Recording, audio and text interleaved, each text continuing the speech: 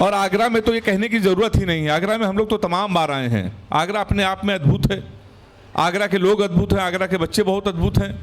इतने अच्छे बच्चे आगरा के हैं सर कि कहीं नहीं हो सकते। एक बच्चा बड़ा शैतान था तो दादी ने कहा दिन भर तुम टीवी देखते हो, हमसे बात क्यों नहीं करते? वो बच्चा आगरा का, उसने कहा दादी आज हम आपसे बात कर ही ले रहे हैं। दादी आप ये बताओ हम लोग इस घर में 6 लोग कब तक रहेंगे? तो दादी ने कहा 6 लोग? कौन 6 लोग? उसने कहा एक तो आप, एक हम, मम्मी पापा, हमारी बहन और घर में जो बिल्ली पली है 6 लोग। बिल्ली तक को उसने गिन लिया। कहा दादी हम लोग केवल हमेशा 6 लोग रहेंगे। तो दादी ने कहा चिंता ना करो, तुम्हारे पापा से हम कह देंगे तो एक डॉगी ले आएंगे, हम लोग 7 लोग हो जाएंगे। तो बच्चे ने कहा वो डॉगी बिल्ली को खा जाएगा, हम लोग फिर 6 लोग बचेंगे। तो दादी ने कहा बेटा चिंता ना करो, जब तुम्हारी शादी होगी तो तुम्हारी दुल्हन आएगी, हम लोग फिर 7 लोग हो जाएंगे। तो उसने कहा दादी छोटी वाली बहन बड़ी होगी, उसकी शादी होगी, वो घर चली जाएगी, फिर हम लोग 6 लोग बचेंगे। दादी बड़ी परेशान। उसके बाद दादी ने ब्रह्मास्त्र लगाया, कहने बेवकूफ़ जब तेरी शादी होगी तो तेरा बच्चा भी तो होगा। तो उसने कहा दादी फिर आप मर जाओगी, हम लोग फिर। तालियां कमज़ोर हैं आपकी, ताली पीछे वाले भी हाथ उठा के बजाएं जोरदार। ताली आप बजाते रहेंगे तो ये कवि सम्मेलन अच्छा रहेगा। हमारे बीच में विनोद पाल जी हैं जो बहुत ही वायरल कवि हैं, उनकी तमाम कविताएं वायरल हैं।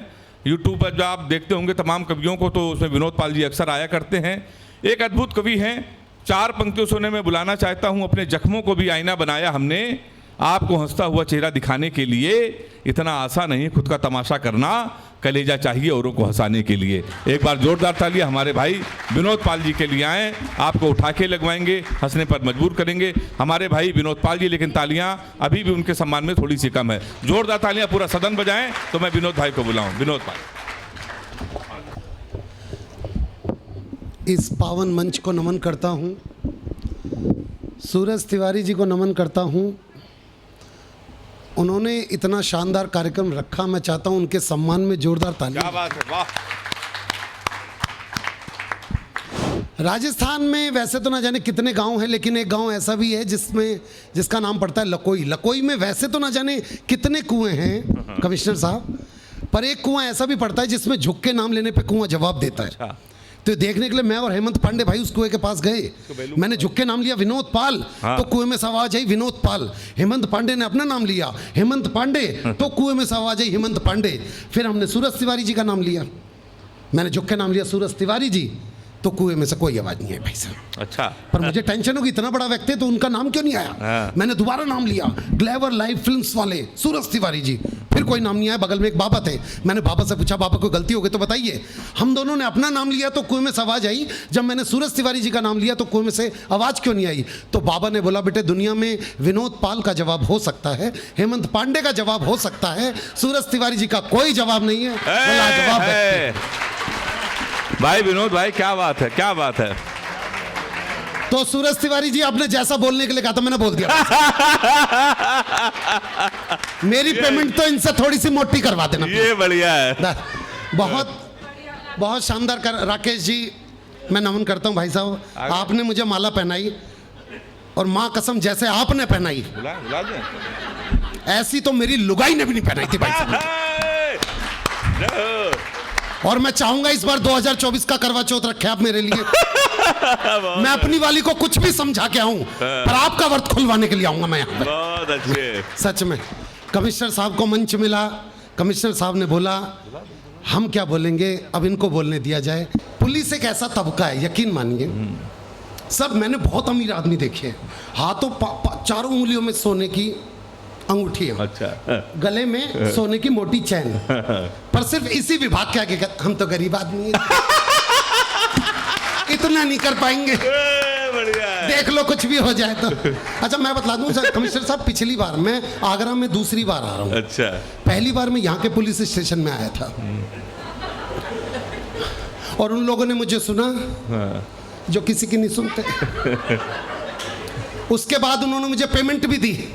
उस दिन मुझे पता चला कि आगरा की पुलिस देती भी है। बढ़िया। अच्छा। उन्होंने मुझे खाकी कलर के लिफाफे में पेमेंट दी, मैंने देखने के लिए कि कितनी पेमेंट दी है। खाकी कलर का लिफाफे का बस छोटा सा कोना फाड़ा था।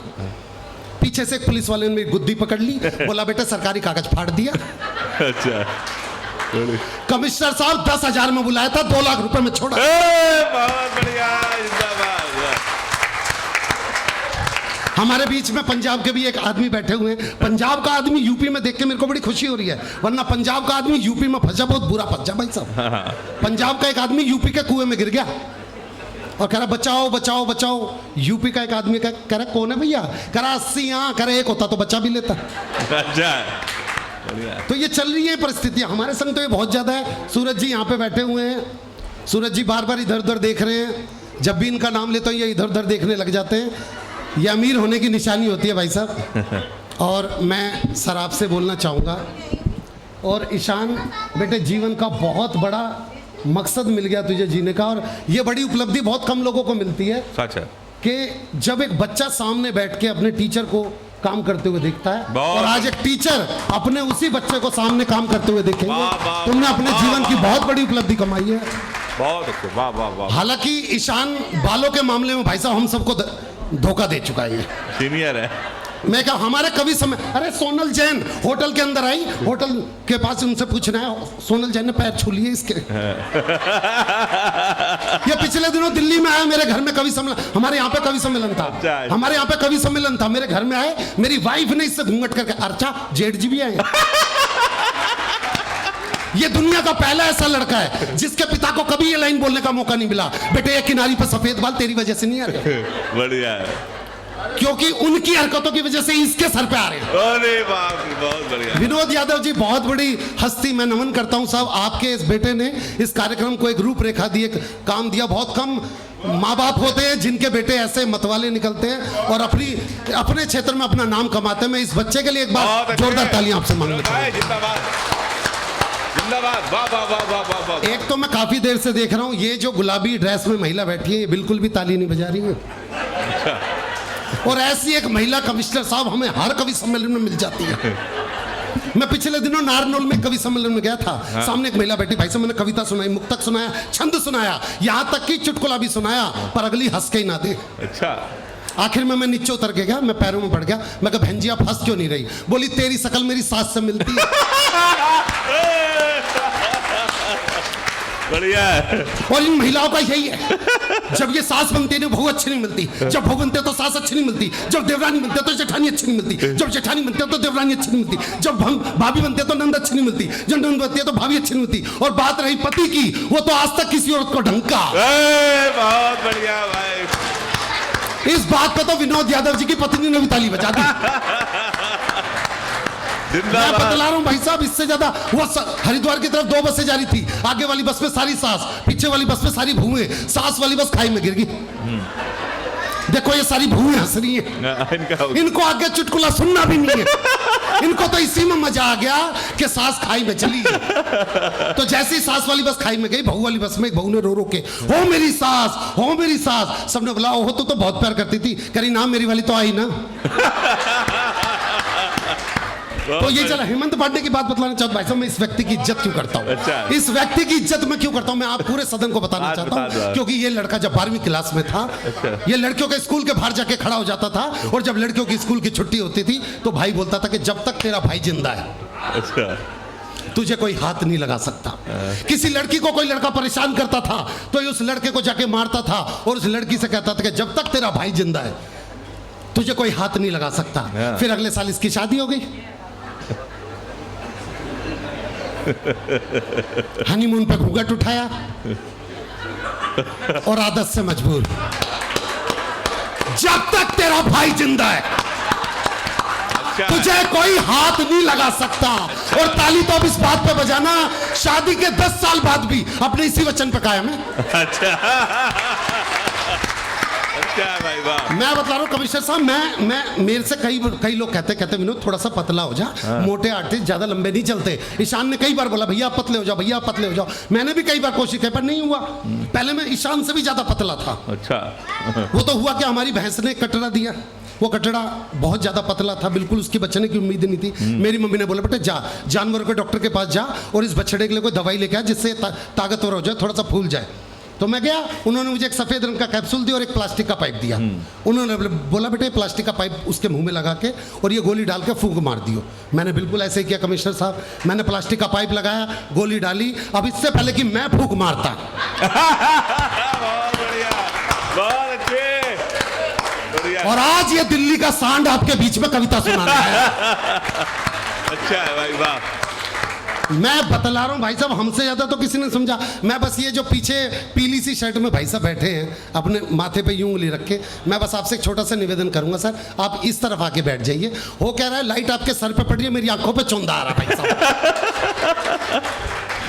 और मैं ऐसे ऐसे करके पढ़ नहीं पाऊंगा ज्यादा देर तक, और इसमें ज्यादा शर्माने वाली बात नहीं है। किसी भी पुरुष के सर पर दो ही स्त्रियां हाथ फेरती हैं, अच्छा, एक माँ और एक पत्नी। साले जब माँ हाथ फेरती है तो बाल उड़ते हैं, बहुत बढ़िया, तालियां। और आपको देख के लग रहा है जैसे पूरा आगरा ने हाथ फेर रखा हो। बहुत बढ़िया। अच्छा। मैं बताऊं भाई साहब, आगरा के लोग कितने चालाक हैं।